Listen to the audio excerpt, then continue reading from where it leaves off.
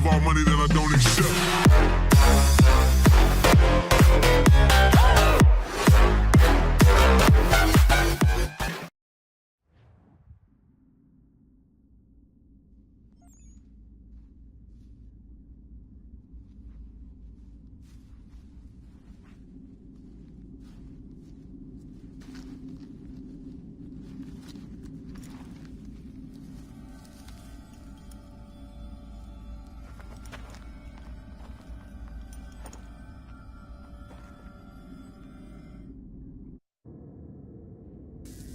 All right, time to see what's inside. Not quite. We still need to get the place powered up. Find the remaining pedestals and plug in the power sources. I'm on it.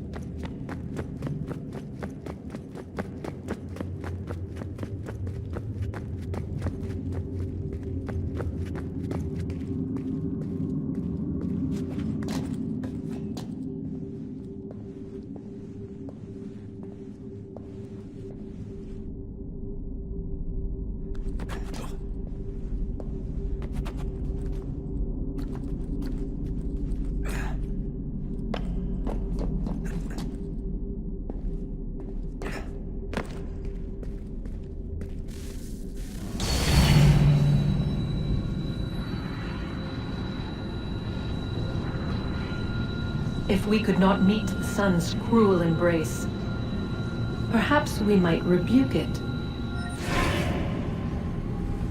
Already we could generate fields to protect us in times of strife. But these were small and simple things. To replicate them on a scale the size of a world, we lack the energy to make it so. Half the world, they said then. It is better than none at all. We tried. Again, we failed. A quarter, they asked. Even this we could not do. A sixth, an eighth, a tenth, they cried.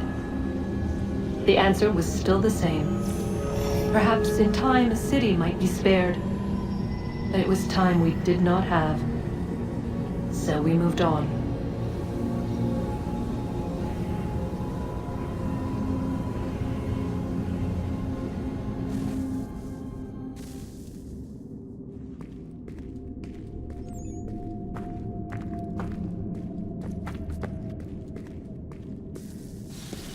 Wonder what's inside.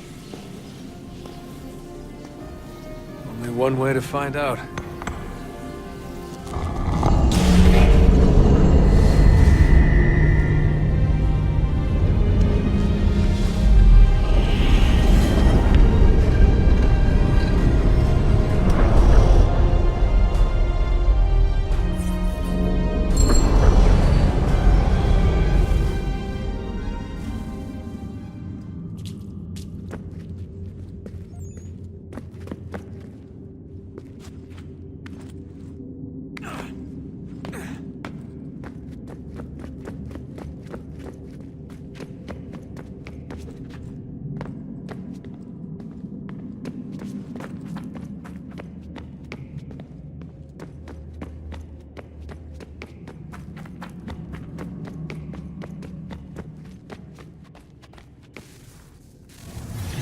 What is a fact?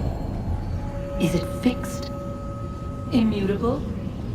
Certain in its existence and only awaiting discovery? Or might it be changed?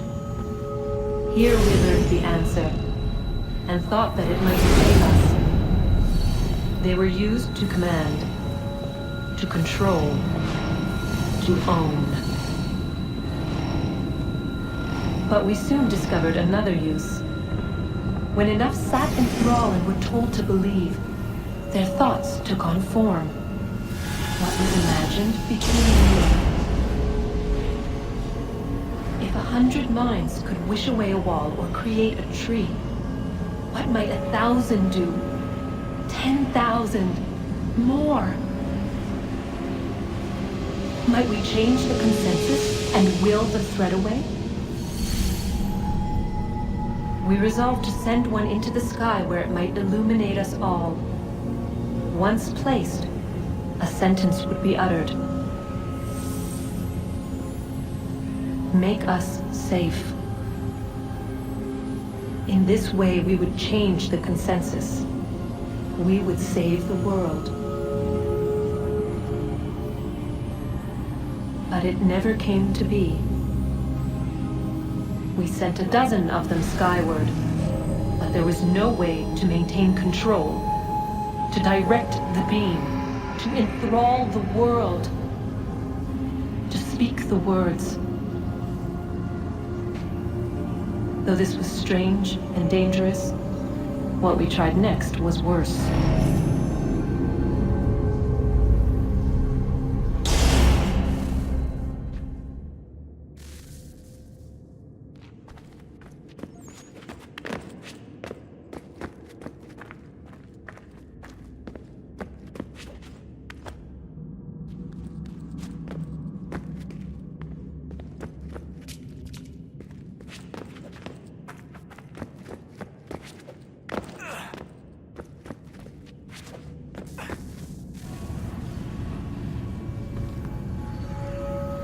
Our first instinct was to travel back, to change the past.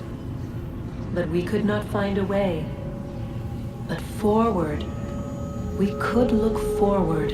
And so here we sought to see beyond ourselves and know what was to come. First, we watched to learn if our work would succeed. But the answer was always the same. So we moved on to other things, but she remained. The one you call Minerva. In time, she too stopped looking, and instead began to speak. She called out across time, in the hopes that you might be saved. She hid messages where none might find them, save for you and those within this place. Fascinating. Tired of it. The cryptic warnings, the threats. Just tell us what you want! But they are. We saw the Nephilim there. We seemed like grasshoppers in our own eyes, and we looked the same to them. Imagine trying to explain all this to a 2-year-old, to a grasshopper. When they said the will of the gods was unknowable, they meant it. Literally. I killed her, you know. I killed Lucy. It was the apple, son. It was Juno. I saw what she was. What would happen if I let her live? I could have stopped myself. I mean, there was a force there. But I didn't have to. I chose to. Desmond. Lucy was going to betray us and take the apple back to Abstergo. I saw the satellite launched. I saw them turn it on, and then it failed. Whatever's on the other side of that door, it benefits Juno. We need to be careful.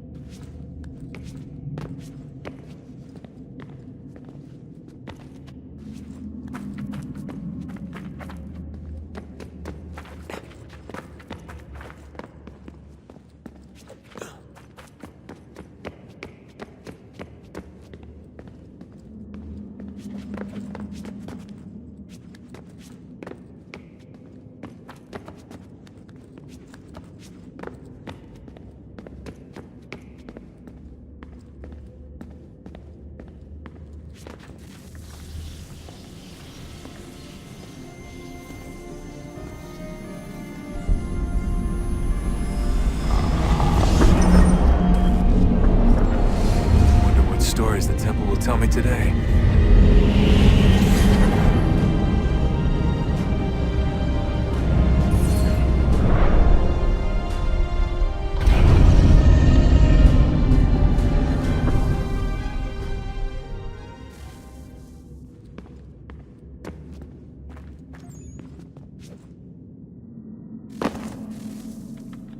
I'm telling you, there's something down here.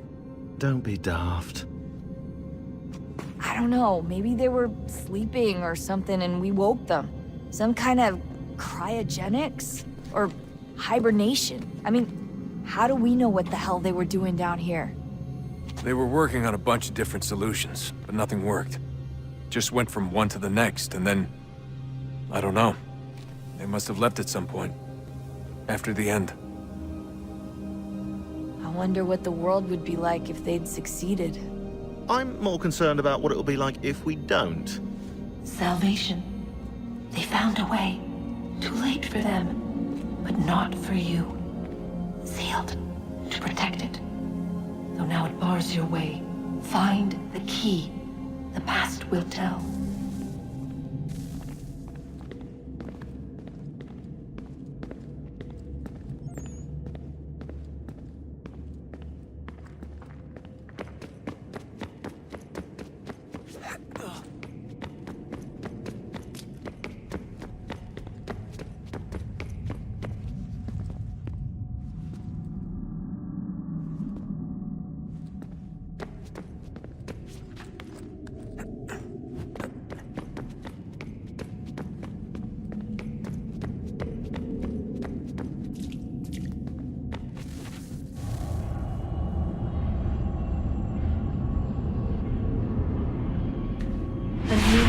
Approached.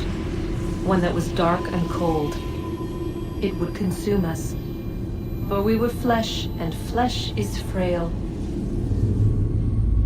Though suits and shields might offer comfort, such adornments would not suffice. Not to save us all. So we sought to change what we were. In this manner, we might thrive in a world made poisonous. It was Aita who volunteered to see if it might be done. Aita, my husband, my love. In the end, it changed him, ruined him. He was made a prisoner of the machines. The body might survive, but his mind became brittle to the touch. He begged me for release, for days, for weeks, for months. I pleaded with him to give us time to find another way. But there wasn't one. Not for him. Not for us.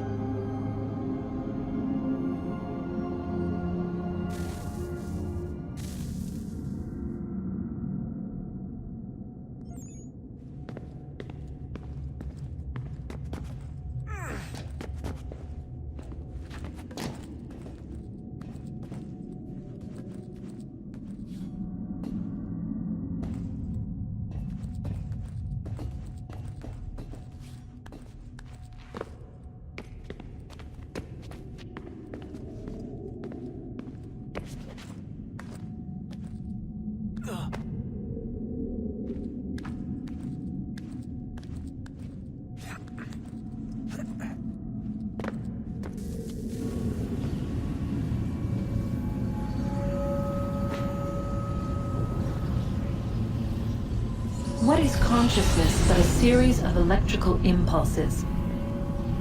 And the body a vessel to hold these sparks. But it is weak. In time, it decays and crumbles into dust.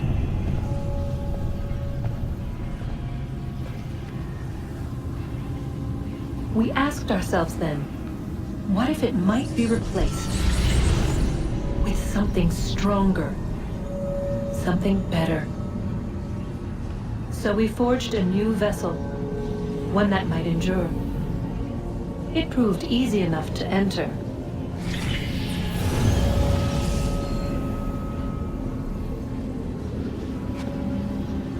But to leave required something more, something wrong. And so this too they abandoned. I wondered, though, were they right to turn away?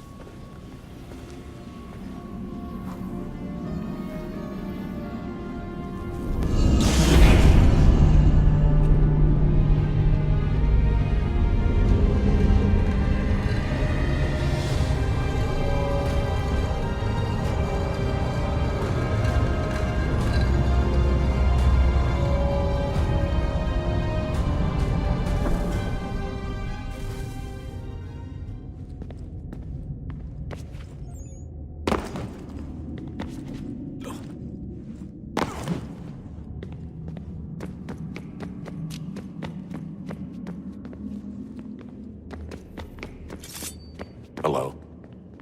Hey. Do you think killing Vidic set Abstergo back?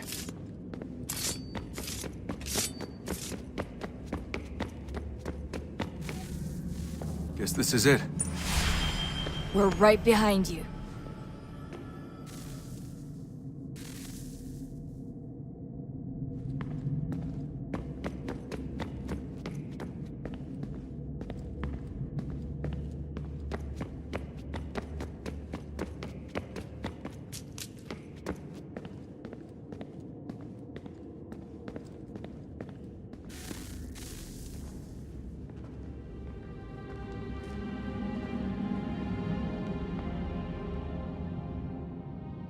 Moment of truth.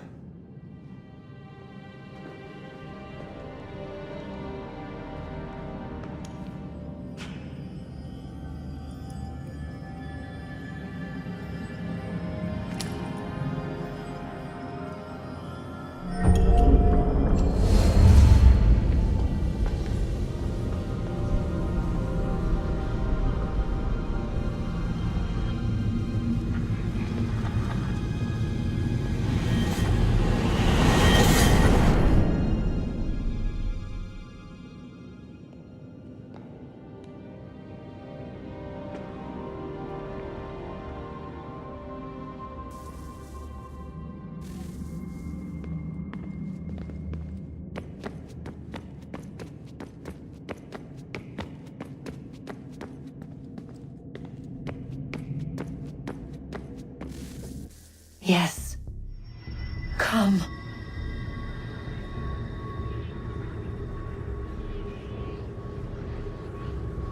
Here, at last. You know our story now. Of how we tried. Of how we failed. All our hopes extinguished. Save one. Your touch. A spark. A spark to save the world. Wait! Do not touch the pedestal. Minerva? You. But how? You left. You destroyed the device. Did you think there was only one? What the hell is going on here? You must not free her. Free her? Juno dwells within these walls, awaiting release. I will explain. While we worked to save the world, she sought instead to conquer it. She used our machines to set her plans in motion. Divination through numbers. There is a pattern to existence. To comprehend the calculations is to tame time. This was my focus. And so I built the eye to aid us. But she turned it towards her own ends. When we discovered her treachery, we put a stop to it. And then we left. But first we called to you, that you might try again. We thought it would be safe with her gone. Now I see we were deceived. She survived, she endured, and then she began to work. For centuries, Tinia and I walked the world, hoping to rekindle the spark of civilization. We shared what we knew as best we could. We were not the only ones. But for all the power we wrought, still death would claim us. But before it did, I would have one last look to know if we had succeeded. That's how you're here now?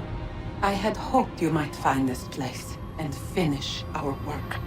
But it is too late. You and the Templars have squabbled over our refuse. You have wasted centuries, and so you have lost your chance. You cannot hope to stop the end now, Desmond. Only to survive. She's lying! Only touch the pedestal and the world will be saved. Better the world burn than she be loosed upon it. Is that so? Show him then. But he will not understand. It is complicated. It is... Show me. If you heed Minerva, the sun will have its way. The ground will crack and spit fire into the skies. All the world will burn. But this does not end the world, merely heralds its arrival. Darkness follows. Then you emerge, resolving to lay a foundation that such a tragedy does not befall the world again. You will become a symbol to those who survive. Hope, knowledge, determination. You will inspire them to rebuild, to thrive once more. And as the world heals, so too will humanity. But you are just a man, frail and mortal. You pass from the world, leaving behind only a memory. A legacy. You will be remembered first as a hero, later as a legend, and in time, as a god. It is the cruelest fate to have written words that meant well, and see them made wicked and unwise. What was meant to encourage life, used instead to justify taking it.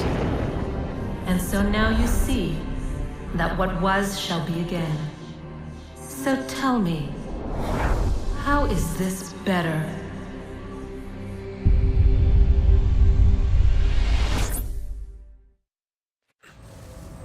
She would sacrifice you, sacrifice the world, for no other reason than to deny me vindication. They will enslave your kind, Desmond. Is this not why you fight? Is this not why you came here? To ensure more than just your race's future, but its freedom? What future? What freedom? Billions dead and the whole cycle begun anew? This world has known nothing but heartache and horror since we left it. Our gift to them, and you'd see it all returned. Enough! You must not do this. Whatever Juno's planning, however terrible it might seem today, we'll find a way to stop it. But the alternative, what you want, there's no hope there. If you free her, you'll be destroyed. It will happen in an instant.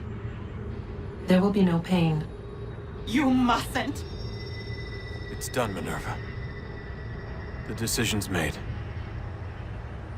Then the consequences of this mistake are yours to live and die with. You need to go. All of you. Now. Get as far away from here as you can. Come with us. We'll find another way. There isn't time. Son. You know it's true. It's already started. I need to do this now. So go. Go!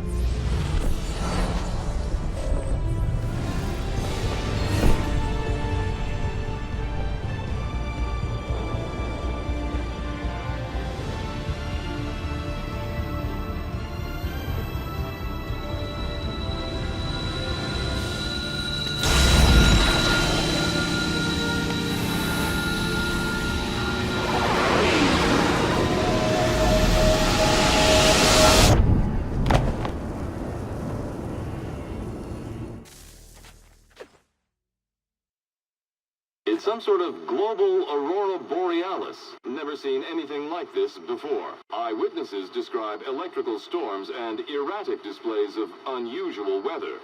Residents are being asked to remain inside and wait for geological surveys are now reporting seismic activity throughout the Ring of Fire. Northeastern Canada is said to be experiencing the largest on record. Satellites and transformers are failing as the flare increases in intensity. Worldwide reports of blackouts seems to be receding.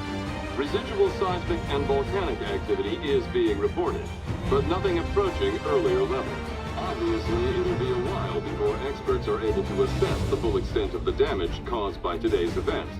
But it appears the worst is behind us. We'll be sure to bring you more as this story develops.